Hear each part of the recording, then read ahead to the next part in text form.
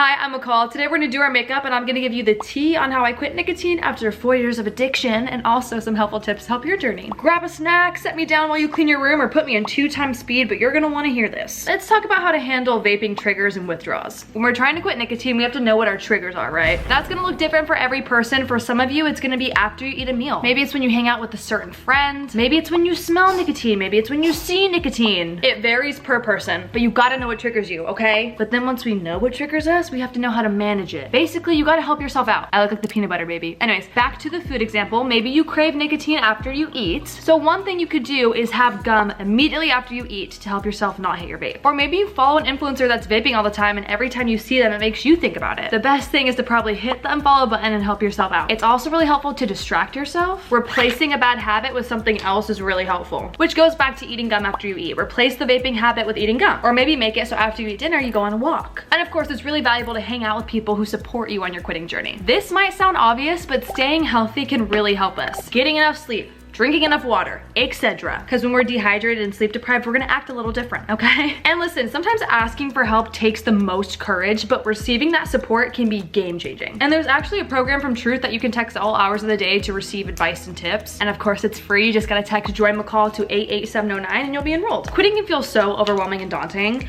And one sec. Got it.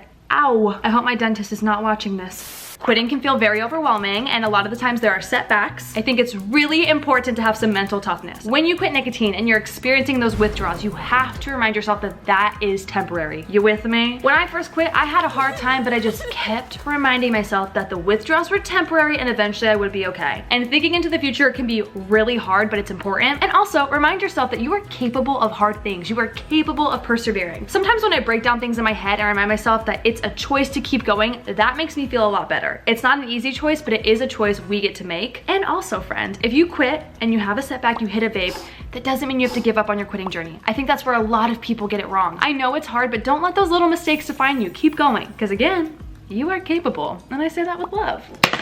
I love eyebrow gel. I don't know why, but it's so satisfying to brush them back and then put them into place. Oh, by the way, you guys should definitely subscribe. I think it's also important when you're quitting to have tools that are supporting you. Having an accountability buddy while quitting can do wonders. It has the power to impact your decisions throughout the day. Truth's texting program is also perfect for this. You'll receive messages checking in on you to hopefully empower you to keep on your quitting journey. I feel like my mascara is not slowing today. I also got mascara on my forehead, or not my forehead, in between my eyebrows. But Truth's program is also there for when you slip up. It covers all the bases. I encourage you to try it. Again, text Join McCall to 88709 to enroll. I also think it's super cool to plan a reward for a milestone.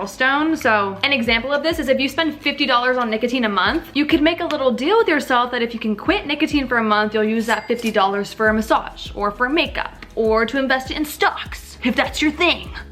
It's not mine. Planning out rewards for our achievements is fun and it definitely motivates me to keep going. I also recommend getting a fidget toy.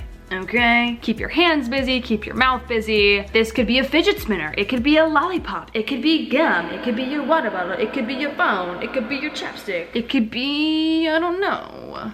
The sky is the limit, my love. The sky is the limit. Okay, get a fidget toy. And the most important thing I can tell you is to try, and try again. And I actually think it takes a lot of accountability to slip up and then keep going. Make sure to hold yourself accountable.